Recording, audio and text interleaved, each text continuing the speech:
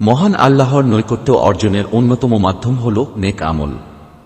কোরআন হাদিসের নির্দেশনা মোতাবেক নেক আমলের মাধ্যমে মহান আল্লাহর সন্তুষ্টি ও নৈকট্য অর্জন করা যায়।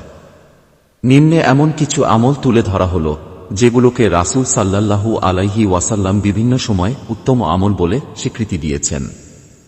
১. ঈমান আনা।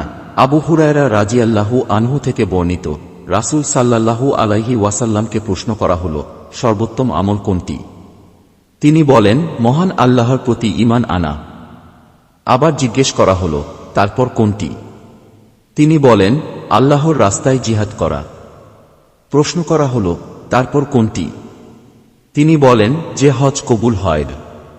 মুহাম্মদ ইবনে জাফরের বর্ণনায় আছে, তিনি বলেন, আল্লাহ ও তার রাসূল সাল্লাল্লাহু আলাইহি ওয়াসাল্লামের প্রতি ঈমান আনা।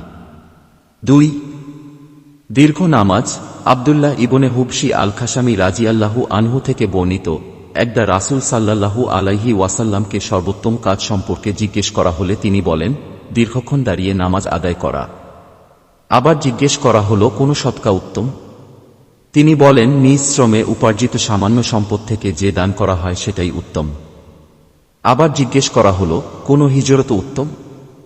তিনি বলেন, আল্লাহর নিষিদ্ধ বস্তু থেকে দূরে থাকা। আবার জিজ্ঞেস করা হল, কোন জিহাদ উত্তম? তিনি বলেন, যে ব্যক্তি নিজের জীবন ও সম্পদ মুশরিকদের বিরুদ্ধে লড়াই করে।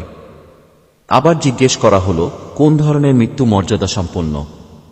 তিনি বলেন, যে ব্যক্তি যুদ্ধের ময়দানে নিজের ঘোড়াসহ নিহত হয়। আবু দাউদ। ৩. হজ করা। আব্দুল্লাহ ইবনে হুবশি খাশামি রাদিয়াল্লাহু আনহু থেকে বর্ণিত, রাসূল সাল্লাল্লাহু আলাইহি ওয়াসাল্লামকে প্রশ্ন করা হল, যে সর্বোত্তম আমল কোনটি? তিনি বলেন, সংশয়মুক্ত ঈমান, খিয়ানতবিহীন জিহাদ এবং পাপমুক্ত হজ। নাসাঈ। ৪. কোরবানি করা। আবু বকর সিদ্দিক রাদিয়াল্লাহু আনহু থেকে বর্ণিত, রাসূলুল্লাহ সাল্লাল্লাহু আলাইহি ওয়াসাল্লামের কাছে জিজ্ঞেস করা হল, কোন কাজ সর্বোত্তম? তিনি বলেন, উচ্চস্বরে তালবিয়া পাঠ করা এবং কোরবানির দিন কোরবানি করা। ইবনে মাজাহ। ৫. সার্বক্ষণিক জিকিরে থাকা। আব্দুল্লাহ ইবনে বুশর রাদিয়াল্লাহু আনহু বলেন, একবার এক বেদুইন রাসূল সাল্লাল্লাহু আলাইহি ওয়াসাল্লামের কাছে এসে জিজ্ঞেস করল, সর্বোত্তম ব্যক্তি কে?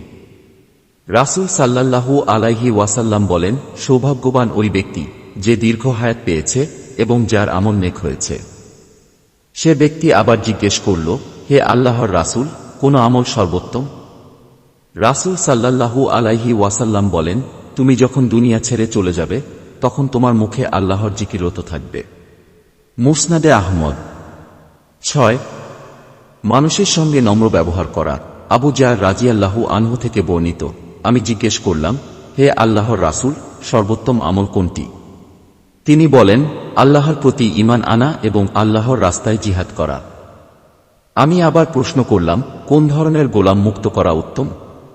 তিনি বলেন, ওই গোলাম মুক্ত করা উত্তম যে মনিবের কাছে অধিক প্রিয় এবং অধিক মূল্যবান। আমি জিজ্ঞাসা করলাম, আমি যদি তা করতে না পারি? তিনি বলেন, তাহলে অন্যের কাজে সাহায্য করবে অথবা কর্মহীনের কাজ করে দেবে। আমি জিজ্ঞাসা করলাম, হে আল্লাহর রাসূল, যদি আমি এমন কোনো কাজ করতে অক্ষম হই?